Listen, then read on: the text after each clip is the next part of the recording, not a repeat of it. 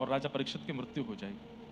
राजा परीक्षित लौट करके आए, अपने आसन पर आकर के बैठे। जैसे ही मुकुट उतारा, कलयुग का प्रभाव थोड़ा कम हुआ तो ग्लानि हुई। अरे मैंने क्या किया? संत ने मुझे जल नहीं दिया तो मैंने उनके गले में मरा हुआ सर्प डाल दिया। मैंने इतना बुरा तो नहीं था, ये मैंने क्यों किया?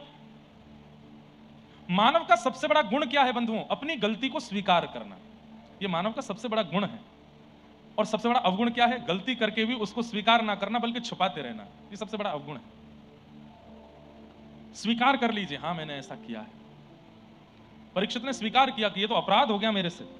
तभी शमीक ऋषि के शिष्य, श्रृंगी के शिष्य गुरुमुख ने आकर के बताया, महाराज आपके जीवन के केवल 7 दिन बचे हैं, अपनी मुक्ति का उपाय खोज लीजिए। आपने गले में मरा हुआ सर्प डाला शमीक ऋषि के, उनके पुत्र ने आपको श्राप दे दिया है।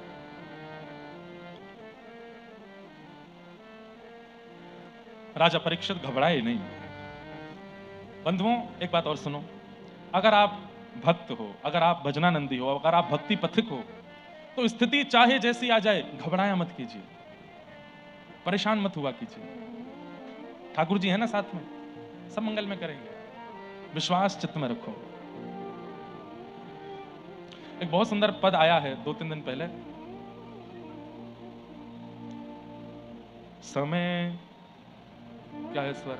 हमें अपनी आवाज ही नहीं आ रही, आप देना थोड़ा स्वर।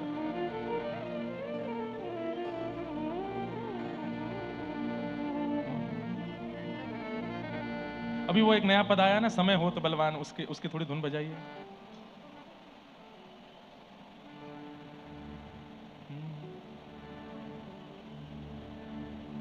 समय हो तो बलवान, पर जो समय से भी बलवान है, कृष्ण उनका नाम। मैंने खुद गाया, पर मुझे खुद बहुत मोटिवेट करता है ये भाव।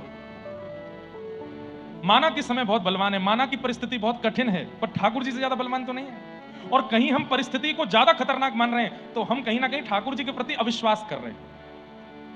परिस्थिति सबके जीवन में आती है, दुनिया में कोई नहीं बचेगा, सबके जीवन में आएगा। पर उस परिस्थिति को आपने बलवान मान करके हाथ पैर टेक दिए उसके सामने, तो आपके ठाकुर जी आपसे नाराज हो जाएंगे। अच्छा, मुझसे ज्यादा वो बलवान है।